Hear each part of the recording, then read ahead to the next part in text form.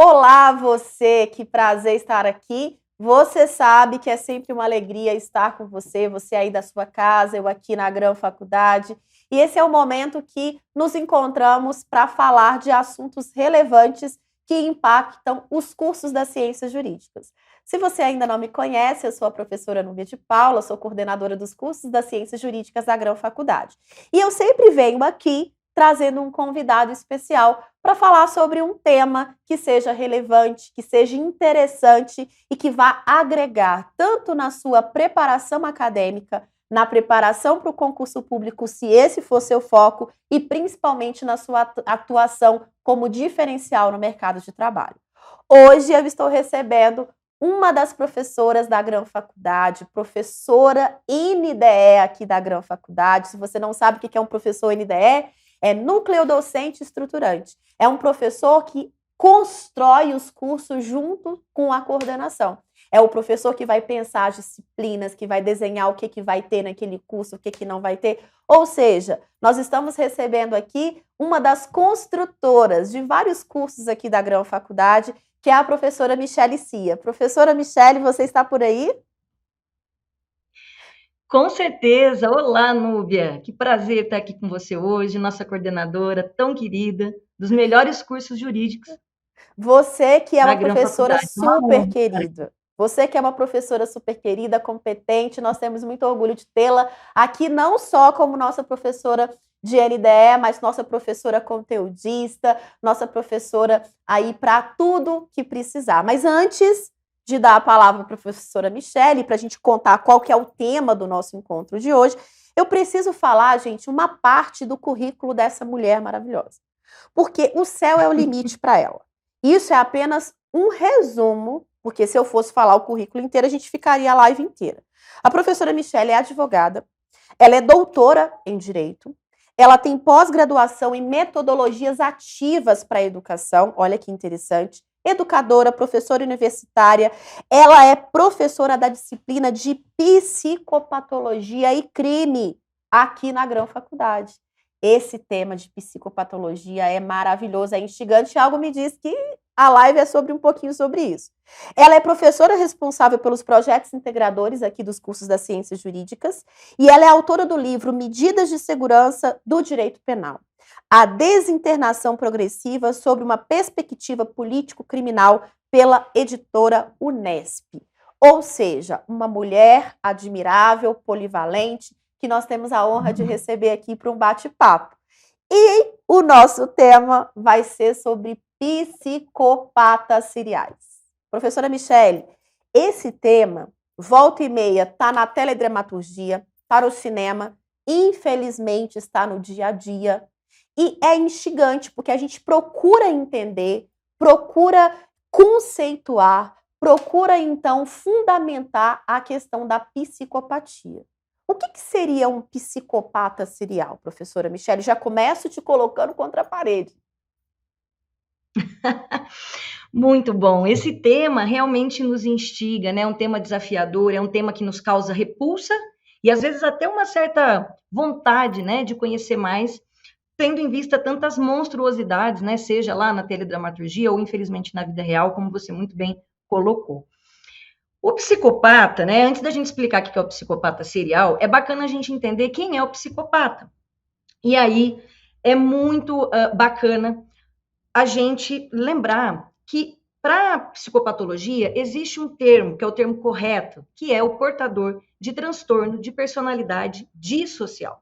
Então, nós temos vários transtornos de personalidade.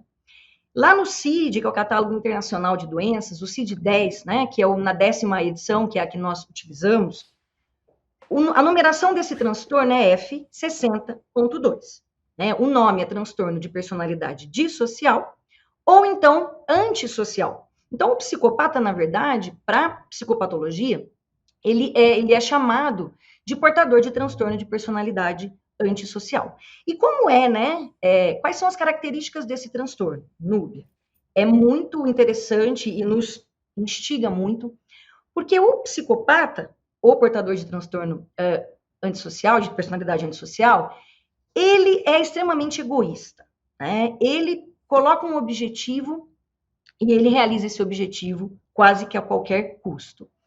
Ele tem muita dificuldade em internalizar as regras sociais. Não é que ele não compreenda, Núbia, ele compreende. Ele consegue fazer a leitura das regras que a sociedade exige. Só que ele não internaliza, ele não apreende, ele não concorda, ele não adere a essas regras. Ele faz a leitura, e esse é o perigo muitas vezes, porque ele consegue simular que participa desse jogo social. Ele consegue simular que concorda, que é um bom cumpridor desses deveres, quando na verdade ele não é. Além disso tudo, ele tem, né, falta de empatia, ele não consegue empatizar verdadeiramente com o que o outro está sentindo, e um ponto, assim, que é até um sinal de alerta, Núbia. Normalmente, né, o psicopata, ele não tem remorso ou culpa. Então, ele não se arrepende das coisas que ele faz, ele não sente culpa. Bom, essas são, né, as más notícias. As boas notícias é que nem todo psicopata é criminoso. Interessante. A gente já imagina que todo psicopata é um criminoso, né? É criminoso.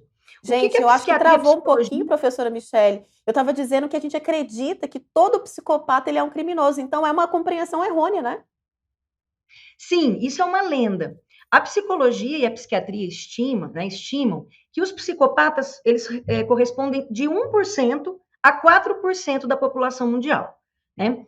Se a gente for considerar isso para o Brasil, né, trazer essas questões, e também tem um outro dado interessante, Núbia, enquanto 1 a 4% é psicopata, 1% é psicopata serial. Então, dos psicopatas, que são poucos, né, considerando estatisticamente, apenas 1% deles pratica crimes violentos e seriais.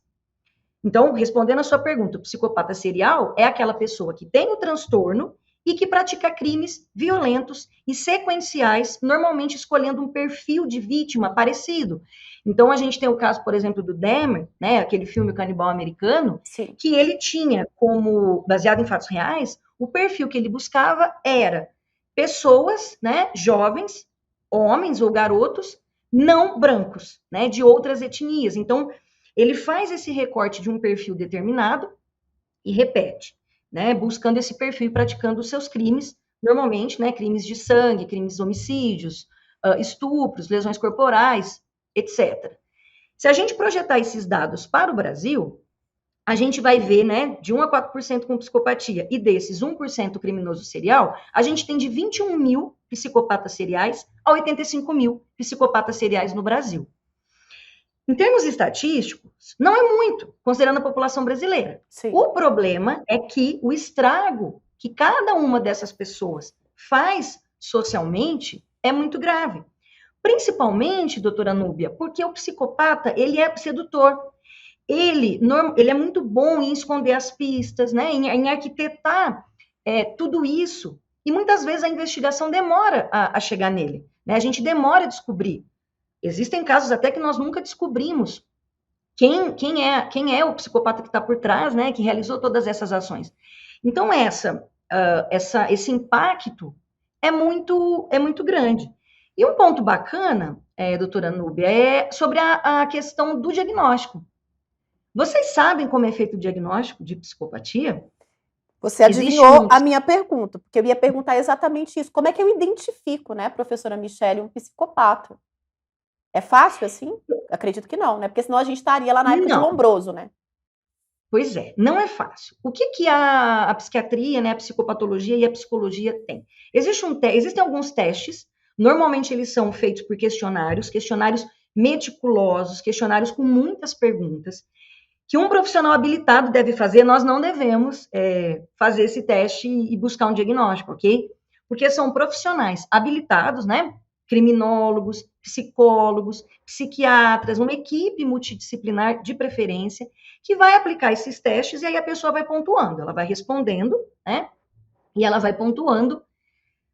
Por exemplo, o teste de Hare, que é um grande psicólogo, maior especialista em psicopatia, um dos maiores especialistas, quem pontuar de 30 a 40 nesse teste, que é muito utilizado, é um psicopata. Claro que esse teste pode ser repetido, podem ser utilizados outros testes, para fechar o diagnóstico de psicopatia. Existem também, recentemente, a neurociência tem trazido exames de imagem, é muito interessante. Então, há estudos em que há um comparativo entre pessoas que não têm a psicopatia e pessoas que já se sabe que têm a psicopatia. E se mostra nesses estudos imagens, né, de crimes, de crianças sendo violentadas, de pessoas em situação de perigo, de pessoas em situação de felicidade, de realização, enfim, como as pessoas reagem. E o cérebro do psicopata reage de maneira diferente, e as imagens, elas são diferentes. A cor, né, que aí eles vão, conforme o cérebro vai sendo estimulado e reage, o exame ele pega aquilo e faz ali todo um colorido diferenciado. E o mais curioso, né, é que é um debate muito interessante. Esse é um grande ponto. Se o psicopata nasce assim, é inato, é congênita a condição dele, ou se ele adquire, né, esse transtorno. A gente ainda não fechou completamente essa ideia, né? Por muito tempo se acreditou, e a gente é muito forte ainda na literatura, a ideia de que o psicopata nasce assim, né? Nasce assim, vai morrer assim, e a gente não tem como tratá-lo, como curá-lo, né?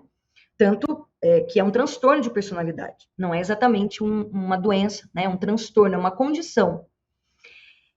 E o mais curioso é que é muito interessante de um neurocientista que, ao fazer um desses estudos, colocou os próprios exames da família dele e dele ali no grupo controle, né, de pessoas normais, para comparar com os psicopatas. E, curiosamente, professora Núbia, o cérebro dele, os exames dele foram mais parecidos com os cérebros dos psicopatas. E ele nunca teve nenhum sintoma ou comportamento típico de psicopata. Curioso. Isso reacende o debate de até que ponto é apenas a questão genética ou a questão congênita que explica a psicopatia. Se nós não temos também a questão ambiental. Só que não é tão simples. Por que não é simples, professora Nubia? O ser humano, ele é um misto, né? A nossa personalidade, as nossas crenças, nossos hábitos, eles são uma mistura da nossa genética, né, da nossa condição congênita, inata, e de estímulos ambientais que nós tivemos. Sujeitos do meio. Tanto que as crianças que são estimuladas, né, num ambiente que tem mais palavras, e palavras mais cultas sendo ditas, elas desenvolvem melhor a linguagem. Então, essa interação, né, do que efetivamente começa na biologia, ou começa no meio social, ou então há uma predisposição genética, e dependendo do estímulo ambiental, vai dar o gatilho ou não para determinadas características, boas e ruins, né? No caso do psicopata, acho que todos concordamos que são características ruins para a pessoa, né? E para o meio em que ela vive. Então, há esse debate, né? Há esse debate, professora Núbia, se o psicopata sempre foi assim, sempre é de ser assim, ou se a gente consegue intervir aí no seu percurso para que ele modifique, pelo menos, o seu comportamento. É muito interessante e, como tudo que é instigante, não tem um conceito, uma delimitação fechada, né, professora Michele? Mas, professora Michele, nesse tempo aí do seu estudo, eu sempre tive uma curiosidade, eu acho que pode ser uma curiosidade que o nosso aluno, aquele que está nos ouvindo agora, tenha. Psicopata e sociopata, eles são a mesma coisa? Eles são próximos? É uma mesma natureza ali? Excelente pergunta, professora Núbia. Tem uma discussão muito grande na psicopatologia. Espera aí que cortou um pouco, gente. A tecnologia é ótima. Ela nos une porque a professora Michele está falando de Minas, lá em São Sebastião do Paraíso, mas aí caiu e ela com certeza já voltou aí, ó. A tecnologia, professora Michele. Mas você não vai fugir da minha pergunta, pode responder. A pergunta é excelente. Há uma divergência muito grande dentro da psicopatologia se a gente pode separar ou não as figuras do psicopata e do sociopata. Para os autores que separam, eles dizem que o psicopata, a origem do transtorno dele está na questão genética. E o sociopata, A origem, né, do seu transtorno está nas questões ambientais, né? Então, ele não nasce já com esse transtorno. Depois, esse transtorno ele é adquirido ou ele é manifestado a partir das questões ambientais e sociais. Mas isso não é um consenso. Por que não é um consenso? Porque o ser humano ele é múltiplo, né? Os fatores que nos afetam, eles são variados. Então, há autores que não aceitam essa distinção, que tratam os psicopatas e os sociopatas como sinônimos. E olha, Núbia, tem uma coisa muito bacana, que se você for verificar como que eles se enquadram lá no CID, é no mesmo local. Entendi. É lá no F70.2, transtorno de personalidade dissocial. Então, mais aí um argumento forte para quem não diferencia. É muito bacana a gente abordar essa questão, porque existe muito material, né, escrito aí, divulgado, tentando separar essas duas figuras. Mas há controvérsias, não é? Há bastante controvérsias. No momento, eu tendo a concordar com os autores que não veem motivo para essa separação. Sim. Um outro ponto também interessante, Núbia, para quem separa essas duas figuras, é que eles, de psicopatas, eles são mais violentos, né? E os sociopatas não, né? Os sociopatas praticariam crimes, quando praticam, né? Crimes mais leves, como estelionatos, ou são protagonistas de relacionamentos abusivos, que a gente sabe também que, dependendo, pode ter reflexo criminal. Sim. Mas há controvérsias, né? Entendi. Talvez eles sejam todos expressão do mesmo transtorno. Sim. Um outro ponto muito bacana, professora Núbia, é a gente também, além da gente lembrar que nem todo psicopata comete crimes, né? E quando o psicopata comete crime, nem sempre é um crime violento, né? E por outro lado, nem toda pessoa que pratica um crime violento é psicopata. Esse é outro mito, né? Muitas vezes, quando nós estamos diante de um crime brutal, a gente já pensa, com certeza ele tem um transtorno de personalidade antissocial. E não necessariamente. Existem vários transtornos, não é? Mentais. Inclusive, no nosso curso de psicopatologia e crime, na disciplina, aqui na Gran Faculdade, há toda uma atenção para esse ponto, né? Em diferenciar os transtornos, as doenças, as síndromes, enfim. Então, isso tudo requer muito cuidado. Outra questão que é essencial da gente estar falando hoje é que a psicopatia é um dos transtornos de personalidade mais desafiadores do ponto de vista do tratamento. Uma pessoa em surto psicótico, uma pessoa que tem uma esquizofrenia, por exemplo, por mais que na crise ela possa praticar ações horríveis, até mesmo um crime brutal, é possível. Ela se descontrola, né, de uma maneira assim, que a gente vê. O tratamento, ele é mais rápido, né? Tanto na questão de haver medicação específica, como porque a gente percebe aquele transtorno ali acontecendo, não tem como ignorar que a pessoa está em crise. E a resposta terapêutica, ela é muito melhor, né? A medicina tem instrumentos para fazer essa intervenção. No caso do psicopata, o estado atual da arte, da psiquiatria e da psicologia, não é muito animador.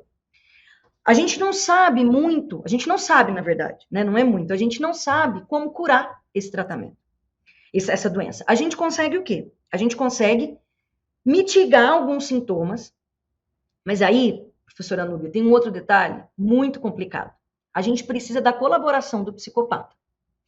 Porque qual que é o principal instrumento que a gente tem? É possível alguma medicação para controlar algum sintoma, mas não a origem do problema, a medicina ainda não chegou nesse ponto.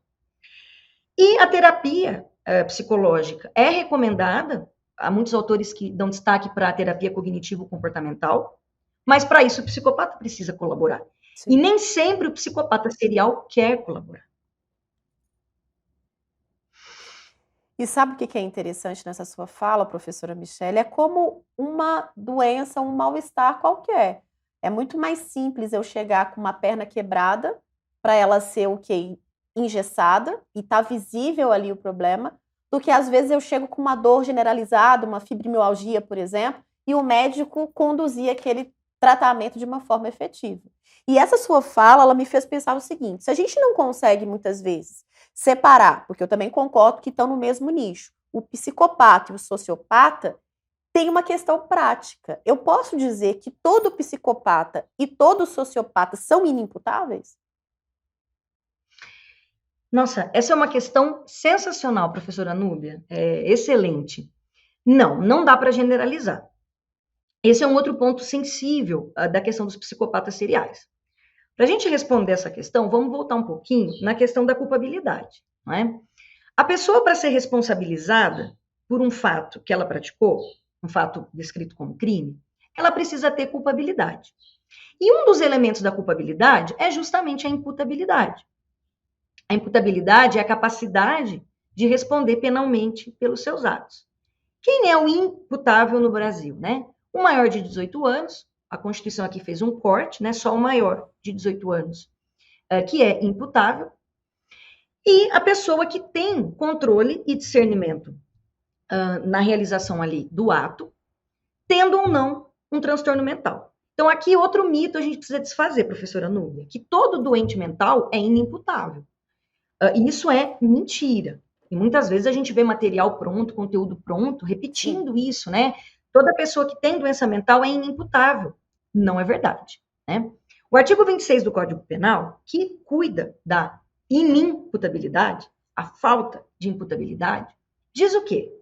Que o inimputável é aquela pessoa que, no momento da conduta, perdeu o autocontrole ou discernimento em razão de um transtorno mental ou de um desenvolvimento mental incompleto ou retardado, um termo, inclusive, capacitista, que deveria ser mudado no Código Penal. Mas, enfim, Sem dúvida. Outro dia a gente pode bater um papo sobre isso. Então, para que a pessoa seja considerada inimputável, naquele momento, ela perdeu o discernimento e o autocontrole em razão do transtorno. Então, é o que a gente chama de critério biopsicológico, né? Ele tem o transtorno, e em razão do transtorno, ele perde a capacidade. E existe uma outra figura, professora Núbia, que é o semi-imputável. Não sei se vocês já ouviram falar. O semi-imputável, ele está ali, a gente chama ele de fronteiriço, né? Ele não é nem imputável, também não é inimputável. Ele não tem total controle, mas também não perdeu completamente. Ele não tem total discernimento, mas também não perdeu completamente. E aí o que acontece nesse caso? O código fala que para esse sujeito, que é considerado semi-imputável, a pena pode ser diminuída, porque ele não tinha total condição de entender o que ele estava fazendo ou de se autodeterminar. Voltando à sua pergunta, o que acontece com o psicopata? Não dá para generalizar, né? Aqui são muitos mitos que a gente está desconstruindo hoje.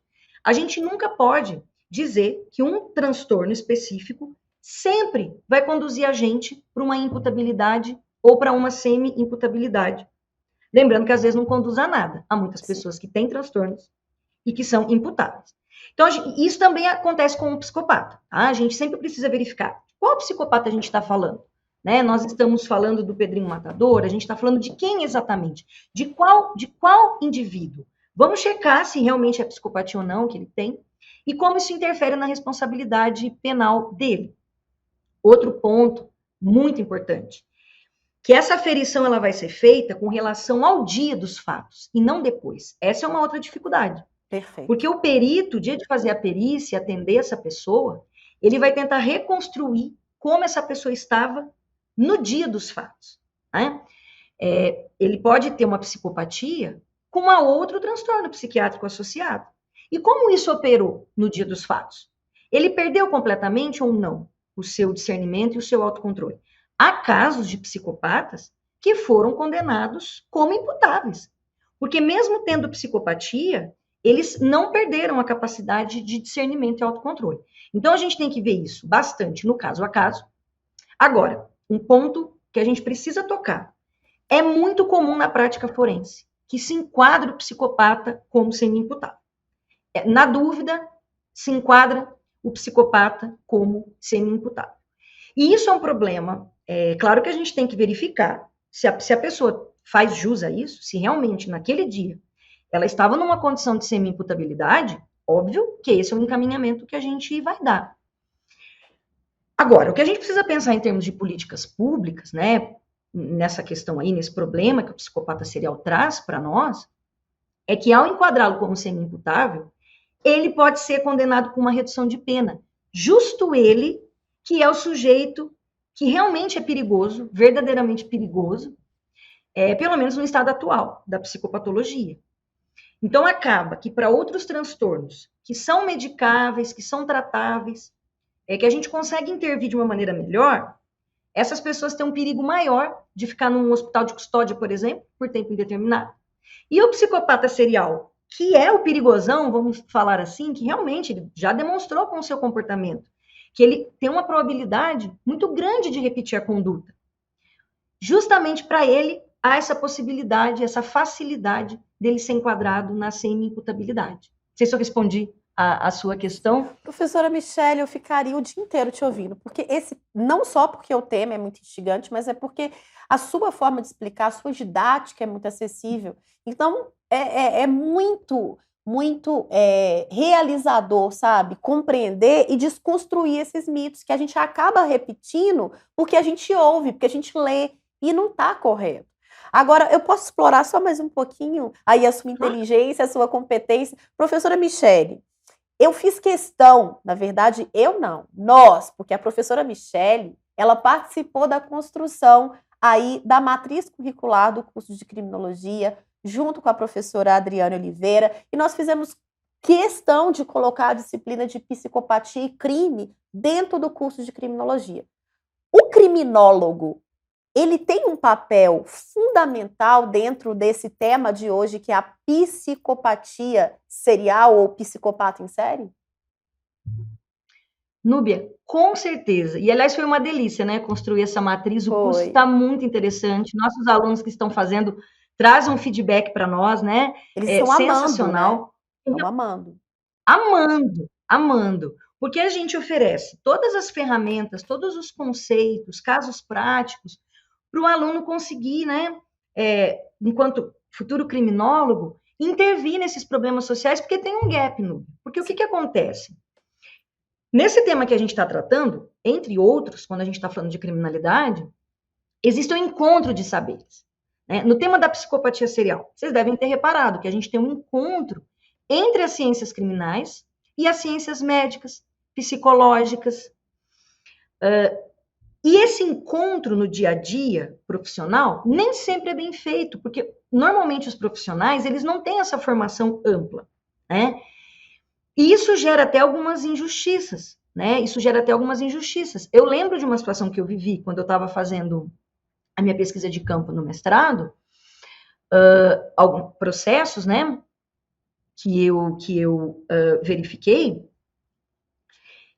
que muitas vezes a linguagem, a conversa entre o perito, né, o juiz, ela é um pouco complicada por falta de saberes, né? O que eu estou querendo dizer com isso? Essa generalização, por exemplo, o que o nosso cérebro faz? A gente estuda um transtorno mental, quem tem a formação jurídica, tão somente, já vai querer generalizar normalmente. Ah, não, então toda pessoa que tem doença mental é inimputável. Pronto. Só que essa é uma chave errada. E o criminólogo, né, o nosso aluno aqui da Gran Faculdade de Criminologia, sabe que isso não é verdade.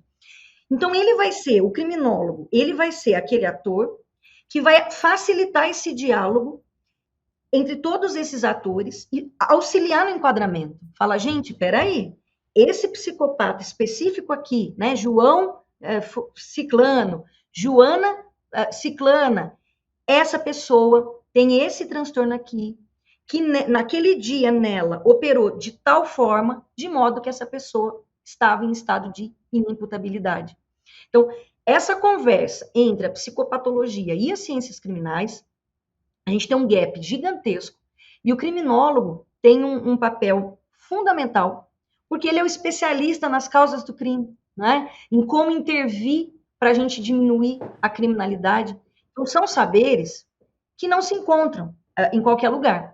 E o criminólogo está apto a fornecer, a atuar, e nós precisamos desse conhecimento muito, Núbia, muito. Então, o potencial, né, de colaboração e de trabalho do criminólogo nesse tema que a gente está tratando é gigantesco e necessário. E é muito importante ressaltar aqui, não fazendo o jabá, né, mas fazendo também, quanto que o nosso curso de criminologia ele é atualizado para as necessidades do mercado. Perceba que além dessa interdisciplinariedade, de unir, por exemplo, a questão da psicologia, a questão da criminalística, direito, a própria criminologia, trazer a questão também da TI, os crimes digitais dentro da criminologia. Isso é uma inovação, porque a gente tem que preparar o criminólogo que ele tenha essa vertente muito voltada para aquilo que é presencial e para aquilo que é digital. E, gente, é possível um psicopata em série também por meio digital, não é possível, professora Michele? Com certeza, não é? Sobretudo porque, Núbia, uma das características do psicopata é que ele pode ser muito sedutor. Não é? Ele pode ser muito sedutor e nos dá uma impressão de confiabilidade. Eu sempre falo para os meus alunos, cuidado quando você tem aquele pensamento assim, nossa, eu confio tanto naquela pessoa, eu não sei porquê, mas eu confio. Cuidado. Pode ser que você sentiu ali que é uma pessoa bacana, mas pode ser que você esteja diante de um psicopata que está construindo essa confiança. E essa construção de confiança nos meios digitais para praticar crimes como extorsão, estelionato, né, invasão de dispositivos, conseguir te convencer ali, por exemplo, se apresentar para alguém de uma empresa como sendo representante da outra empresa que faz a segurança digital. E aí, quando vê um funcionário de uma empresa, está passando as credenciais, as senhas todas, para alguém que se vendeu como alguém responsável pela segurança, e na verdade a pessoa é um criminoso, não é? Então, o potencial de ação, né, para os psicopatas no ambiente digital, ele é gigantesco. E como identificar isso? Né? Como garantir que os nossos processos sejam seguros? Como garantir que os colaboradores consigam identificar, né? Um ponto muito importante hoje em dia é a gente conseguir checar a identidade das pessoas. Alguém chama a gente pelo WhatsApp, falando em nome deste ou daquele local, e aí, a gente tem essas estratégias para identificar se realmente essa pessoa pode falar em nome? Então é um prato cheio, Núbia. Ou seja, a gente tem tema para uma próxima conversa, né, professora Michele? Porque eu já estou aqui querendo te convidar para uma próxima live, porque vários temas aqui despertaram na minha mente. E eu tenho certeza que os nossos alunos aí estão pipocando de curiosidade. Professora Michele, nosso tempo acabou, eu nem acredito, né? Porque eu ficaria aqui o dia inteiro. Eu quero muito te agradecer pelo seu tempo, por compartilhar a sua experiência, o seu conhecimento conosco, mas, sobretudo, por acreditar na Grão Faculdade e integrar o time de professores que é tão qualificado, porque eu tenho certeza que o seu compromisso com a educação, ele fala mais alto. Muito obrigada, professora. Eu agradeço a oportunidade, quero deixar aqui registrado como eu amo ser parte desse NDE maravilhoso, liderado por você, que tanto nos inspira, não é? Muito obrigada pela oportunidade e estou à disposição. Conte sempre comigo. E os nossos alunos, professora Michele, podem te achar nas redes sociais, não é verdade? Pode deixar o seu Instagram. Claro, com certeza. O meu Instagram é @michele.cia9. Olha, gente. Me sigam lá e vamos conversar. Isso, a professora Michele é uma estudiosa sobre o tema. Professora Michele, muito obrigada. Tenha um ótimo dia aí. Você que nos ouviu até agora, muito obrigada. E nos encontramos numa próxima edição de temas relevantes para as ciências jurídicas. Até lá!